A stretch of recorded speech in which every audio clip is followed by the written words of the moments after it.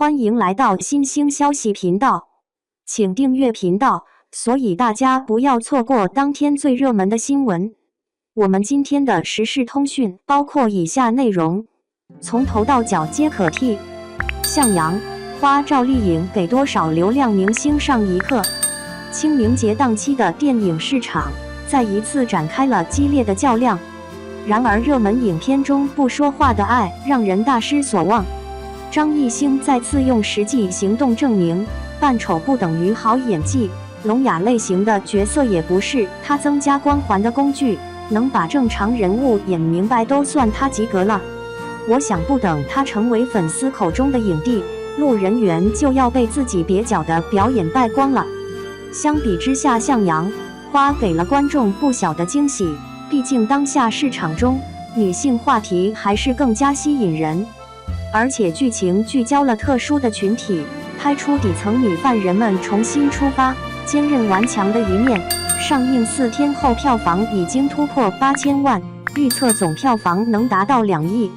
对于这类题材来说，显然是不错的数据了。但相信不少观众都是奔着女主赵丽颖来看电影的。这2年，她用演技撕下流量演员的标签，手握双料视后奖杯，早就让人刮目相看。只是电视剧演员转战电影圈并没有那么容易，需要不断用实力说话。这一次她的表现究竟如何呢？实打实的演技，太拼了。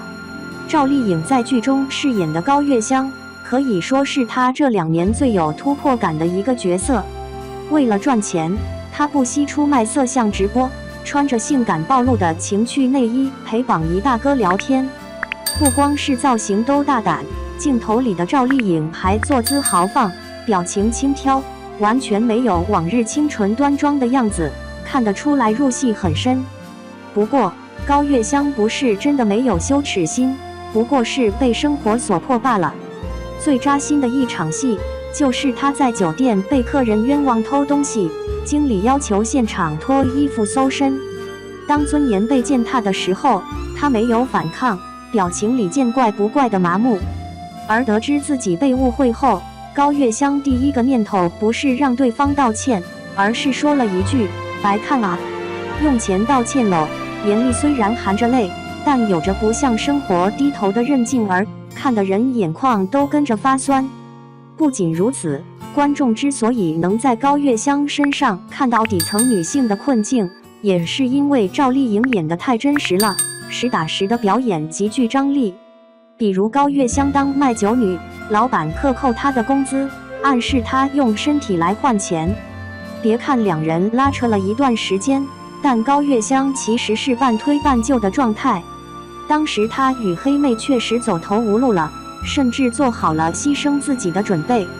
这一段拍摄尺度相当之大，当黑妹拉开门帘的时候，还能看到高月香半趴在窗户边，身后贴着猥琐的老板，懂的都懂。像赵丽颖这个咖位的演员，想要找一个替身来代替她拍摄大尺度片段并不困难，但能够坚持自己完成，可见她对于表演的野心。其实在这部电影中，赵丽颖的很多戏份都表现出了她渴望走出舒适圈的态度。除了性侵戏之外，想必观众对她的2场打戏印象深刻。第一场打戏是高月香刚入狱的时候，狱友挑事，她也没惯着，大嘴巴子直接扇上去。之后2人互相扯头发，打得不可开交。看得出这段戏也是一镜到底的画面，隔着屏幕都能觉得头皮疼了。原本刚出场的时候，高月香看起来就是单薄瘦弱的女人，这一场戏就让人发现她的狠劲了。第2场打戏则是高月香看到黑妹被废掉手指，怒火冲上头的她拿起刚才的工具，一下下砸向老爹的脑袋，顿时血肉模糊，让人心惊。按照以往的套路，可能关键时刻警察就出现拦住了女主，可这部影片没有。观众只看到了一个绝望的女性用尽全力发泄自己的绝望，连额头的青筋都写满了无奈与愤恨。但凡赵丽颖偷点懒，找替身帮忙拍这些打戏，都达不到如此戳心的程度。这一次，他又赢了，不是赢了别的85花，而是赢了自己。万物皆可替，内娱该醒了。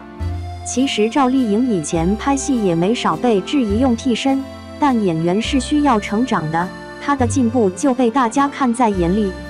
这2年赵丽颖不断探索演技的上限，一直有跳出舒适圈的选择。比如在第20条中，她就挑战了聋哑母亲一角。而为了贴近人物，赵丽颖还提前去残障人士的家中去了解这个群体，在剧组里每天都进行手语练习，让张艺谋都忍不住夸张她的认真与敬业。还有在拍摄《风吹半夏》的时候，赵丽颖在剧中有大量的吃戏，每一幕都是不借位的真吃。而且为了符合许半夏的形象特征，她增重了20多斤，这也是她有史以来最胖的一次。能做到这个程度，也难怪她的事后了，不知道让内娱多少流量演员感到脸红。在这个流量至上的年代，娱乐圈对年轻演员们的要求太低了，有些人只需要露个脸，文戏、武戏各有一个替身，不如将片酬都给替身算了。还有些演员连拍个转圈圈的戏份，也得单独找个替身帮忙拍摄，简直就是没把观众放在眼里。其实演员正常找替身不丢人，总有一些戏份是需要专业人员才能完成的，可明明自己就能做，因为懒和矫情非要找个替身，这就是态度问题了。内娱早就应该醒过来了，好演员不是惯出来的，而是像赵丽颖这样不断成长，在激烈的竞争中杀出来的。结语：在当下这个档期中，电影《向阳》花的优势还是相当明显的，不光是因为故事有温度、有尺度，也因为赵丽颖的实力可以扛起一部影片的口碑与热度。